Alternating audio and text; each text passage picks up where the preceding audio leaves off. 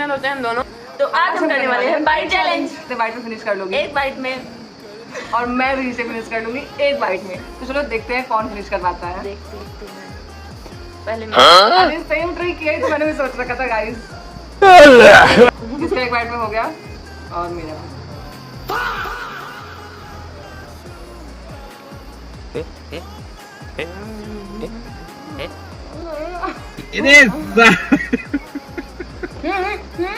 एक बाइट कर